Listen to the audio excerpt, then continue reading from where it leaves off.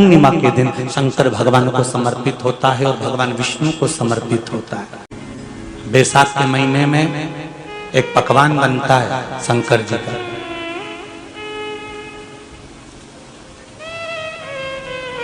शिव जी के हाथ में त्रिशूल है, शिव जी के 3 नेत्र हैं, बेलपत्री में भी 3 बोलते जाओ पत्ती है।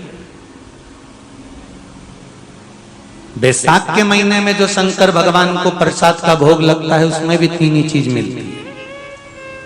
सत्तू कोई दूसरे महीने में बनता है? जम के तो बोलो नहीं। कब बनता है? यही बैसाख के महीने में। चने की दाल, गेहूं और जौ, इन तीनों को गलाकर सेक कर जो सत्तू तैयार होता है, इसी बैसाख के महीने में परशुराम जयंती के दिन या अमावस्या के दिन या पूर्णिमा के दिन शंकर भगवान को समर्पित होता है और भगवान विष्णु को समर्पित होता है। दुनिया के लोग कहते क्या होता है सत्तू से? सास अपनी बहू से कहती है बेटा सत्तू बना ले, थोड़ा सा सत्तू बाजार से ले आना, 10 रुपए का खरीद कर ले आना। आज सत्तू, आज अपन पूजन करेंगे सत्तू की, अक्षय तृतीया है, थोड़ा सा पूज देंगे, थोड़ा सा भगवान को भोग लगा देंगे, सत्तू का लड्डू बना लेंगे। बोलो री जी, सही है कि गलत है? बाजार में भी सत्तू मिलता है तो बच्चे कहते हैं, बहुएं कहती हैं कौन खाएगा, काय को ला रहे हो, सत्तू का क्या काम है? पर शिव महापुराण की कथा कहती है, स्कंद पुराण की कथा कहती है, जिस समय पर बैसाख के महीने की सुंदर अमावस्या का दिन था, उस दिन माता पार्वती शंकर भगवान के लिए जब पकवान बनाने के लिए बैठी, कुछ नहीं मिला, तब माता पार्वती ने 3 अनाज को लिया, एक चना, दूसरा गेहूं और तीसरा जो इन तीनों को भींग रहे थे उसको लेकर आए गंगा जी में से, उसको सेक कर माता ने अंगीठी पर और उसका जो सत्तू बनाकर शिव को दिया। शंकर भगवान ने कह दिया, सुन पार्वती, ये सत्तू नहीं, ये मेरी औषधि है। बैसाख के महीने में जो खाएगा वो जिंदगी भर रोएगा नहीं, शरीर से स्वस्थ हो। अब उसको लोगों ने हंसी खेल में ले लिया, सत्तू का क्या काम, मम्मी हम नहीं खाएंगे, बड़ा बुरा। शिव जी का एक एक चीज बैसाख के महीने में पियो बेल। बेल मतलब समझ गए? बेल का रस। बैसाख के महीने में पियो बेल और शरीर को रखो ऑलिव बेल। शरीर बेकार नहीं होगा, शरीर बेकार नहीं हो सकता। अब शिव आराधना तो करो। हाँ, जिंदगी की मोड़ पर शंकर परीक्षा बहुत लेते हैं, बहुत परीक्षा। एक सुंदर संवाद आता है स्कंद पुराण, शायद आप लोगों ने सुना होगा, सुना हो तो भी सुन लो, नहीं सुना हो तो भी सुन लो। कांती नगर में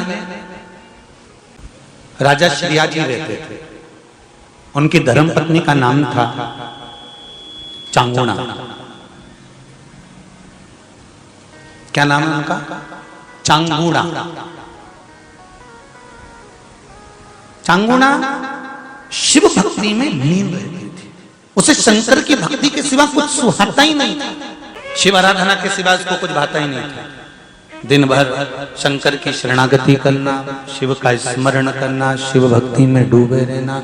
शंभो शंकर कह रहे हैं, माँ उमा से, माँ पार्वती से मेरा महेश कह रहा है, मेरा बाबा भोलेनाथ, मेरा बाबा विश्वनाथ, मेरा त्रिकालदर्शी कैलाशी अविनाशी कह रहा है कि हे पार्वती,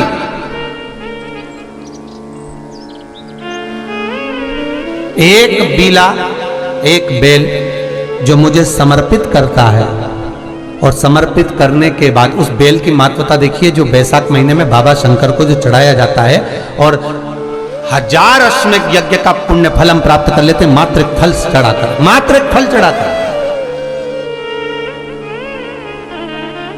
हे पार्वती, संसार का मनुष्य जब मुझे वो बेलपत्र समर्पित कर, वो बेल का फल समर्पित करता है, पार्वती वो फल जो मुझे चढ़ता है, फिर मैं भले नर्मदा के जल से निकला हुआ कंकर शंकर क्यों ना हूं, फिर चाहे मैं गंगा के जल से निकला हुआ कंकर शंकर क्यों ना हूं, चाहे फिर मैं यमुना के जल से निकला हुआ कंकर शंकर क्यों ना हूं, चाहे मैं सरयू के जल से निकला हुआ कंकर शंकर क्यों ना हूं, चाहे मंदाकिनी के जल से निकला हुआ कंकर शंकर क्यों ना हूं। ए पार्वती, फिर जो भी शिवलिंग पर वो बेल समर्पित होता है, वो बेल उठाकर जीव अपने कार्य में ले सकता है। ये माँ उमा से कह रहे हैं। तो उस बेल की महत्वता जानेंगे। अब अपन उस बेल को जानने के लिए वापिस स्कंद पुराण में चले, तो स्कंद पुराण में लिखा हुआ है कि जो बेल बैसाख के महीने में शंकर को चढ़ाया जाता है, वो बेल का फल उठाकर रख लिया जाता है। बैसाख के महीने में उस चढ़े हुए, बाकी के आपको बेल का फल खाना हो तो बात दूसरी, पर चढ़ा हुआ जो बेल का फल है वो पूरा बैसाख नहीं खाना। बैसाख के बाद में अगला जो महीना आए, उस महीने के अंदर उस फल के अंदर का गुर्दा निकालकर उसको सुखा लीजिए, और सुखाकर जिस व्यक्ति को पथरी की बीमारी हो और जिस व्यक्ति को पेट में बहुत भोजन पचता ही नहीं है, पूरा शरीर पाचन क्रिया बेकार हो गई, उस व्यक्ति को केवल 7 दिन तक शंकर पर चढ़ा हुआ वो बेलपत्र प्रदान कर दीजिए। पथरी भी बाहर और पाचन क्रिया भी ठीक, जिंदगी भर तकलीफ नहीं। उस बैसाख में उस फल की इतनी महत्वता बाबा भोलेनाथ स्कंद पुराण, लिंग पुराण, नर्मदा पुराण, पद्म पुराण के अंतर्गत, शिव महापुराण के अंतर्गत वर्णन कर, उसकी महत्वता है। वो बेल का फल साधारण नहीं हो सकता। अब मंदार का जो पुष्प होता है, आंकड़े का जो फूल होता है, एक सफेद कलर का भी होता है और एक गुलाबी कलर का भी होता है। देखा है आप लोगों ने? बोलो, जम के बोलो, देखा है ना? गुलाबी कलर का जो पुष्प होता है वो, आप मंदार का, आंकड़े का जो गुलाबी कलर का पुष्प होता है, आप टीवी पे देख रहे होंगे, एक सफेद देख रहे होंगे, एक मंदार का गुलाबी फूल, नीला कलर का फूल देख रहे होंगे। जो नीला कलर का जो पुष्प होता है, गुलाबी कलर का जो आंकड़े का फूल होता है, प्रयास करना,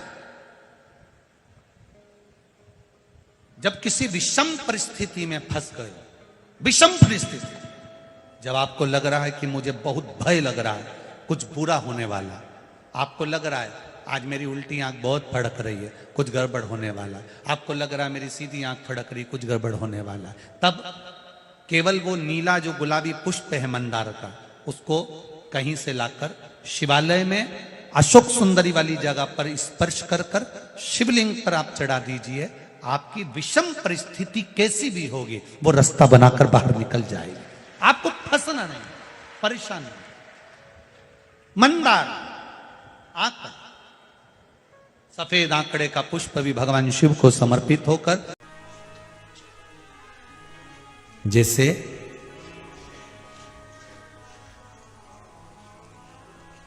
बेले के फल का गुर्दा, बेल का जो फल होता है, बेलपत्री का फल, उसका जैसे गुर्दा, उसके अंदर का जो भाग होता है बेल का, वो गुर्दा,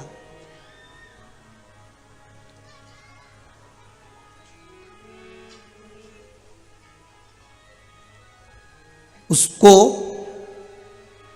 अग्नि में जलाकर उसकी भस्म तैयार कर कर छान कर जब जब आपके यहां विद्वान ब्राह्मण शिव जी का अभिषेक कराते हैं, पूजन कराते हैं, तो उसमें लिखते हैं पूजन के साहित्य में, बेलपत्री, धतूरा, दुर्वा, ये उसमें नीचे लिखेंगे भस्म। लिखते कि नहीं लिखते? लिखते हैं ना, भस्म अभिषेक में चाहिए रहती है। तब उस भस्म का थोड़ा सा भी भाग आप अगर शिव को समर्पित कर रहे हो, तो ये जान लें कि शंकर मनवांछित फल प्रदान कर रहे हैं, शिव फल प्रदान कर रहे हैं।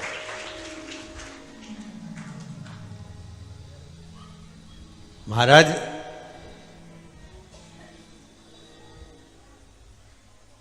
बेलपत्री के वृक्ष के नीचे बैठकर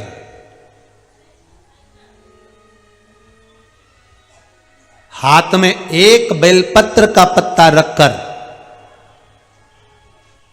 आप पंचाक्षर मंत्र नमः शिवाय, ओम नमः शिवाय या श्री शिवाय नमस्तुभ्यम या महामृत्युंजय मंत्र का स्मरण कर रहे हो, पर डंडी का भाग अपनी ओर, बेलपत्र की बीच वाली पत्ती का भाग बीच वाली उंगली की ओर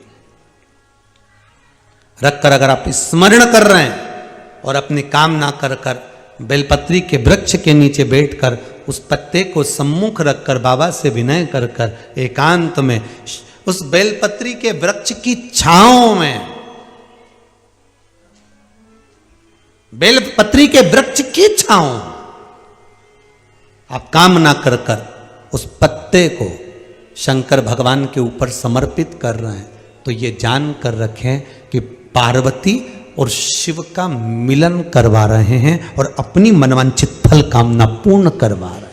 क्योंकि शिव और पार्वती का जब मिलन होता है, शंकर पार्वती जब एक दूसरे के सम्मुख में होते हैं, शिव और पार्वती जब एक दूसरे के सामने अपने बच्चों के कारण एक दूसरे के सम्मुख में आते हैं, तो उनके चेहरे पर प्रसन्नता का भाव आ जाता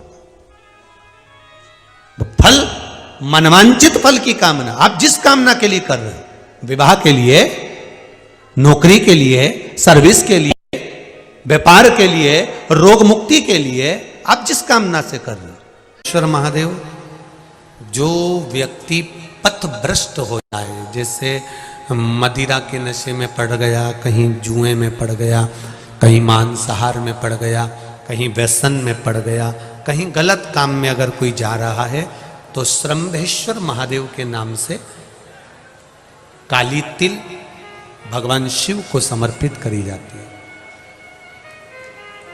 महाराज काली तिल को वापस उठाकर ले आते हैं, उसी काली तिल को जो मदिरा का नशा करने वाला होता है या जो गलत व्यसन में डूबा हुआ होता है, उसको वो सुबह के समय अगर नहीं खाता तो भोजन के साथ उसको दिया जाए। श्रंभेश्वर महादेव, एक बेलपत्री का भी बहुत अच्छा प्रयोग है श्रंभेश्वर महादेव का, मदिरा पीने वालों के लिए, मांसाहार, व्यसन में, जुए में, वेश्यावृत्ति में, पर नारी में, गलत जगह पर जो डूबे रहते हैं उनके लिए। पहले की कथा में उसका वर्णन किया है बेलपत्री का। श्रंभेश्वर महादेव, एक बार सब बोलेंगे, कौन से महादेव? श्रंभेश्वर महादेव। फिर जम के बोल लो एक बार, श्रंभेश्वर महादेव। जब हमारे घर में क्रोध बढ़ता है या कोई गलत कार्य में जाने लगता है, तो श्रंभेश्वर महादेव का हमें शरणागति लेना चाहिए, श्रंभेश्वर महादेव का पूजन करना चालू कर देना चाहिए। कई लोग कहते हैं महाराज जी ये श्रंभेश्वर महादेव का मंदिर कहाँ मिलेगा, हम कहाँ पूजन करने जाए? कहीं नहीं जाना, तुम्हारे घर के पास में जो शंकर जी का मंदिर है वहीं जाओ, उसी देवालय में, उसी मंदिर में जाओ, श्रंभेश्वर महादेव के नाम से जल चढ़ाना प्रारंभ करेंगे। वो जल जो गलत संगत में पड़ा हुआ है उसका आचमन कराना प्रारंभ करेंगे, अपने आप उसकी धीरे धीरे बुद्धि सुधरना प्रारंभ हो जाएगी। ऐसा श्रंभेश्वर महादेव का है।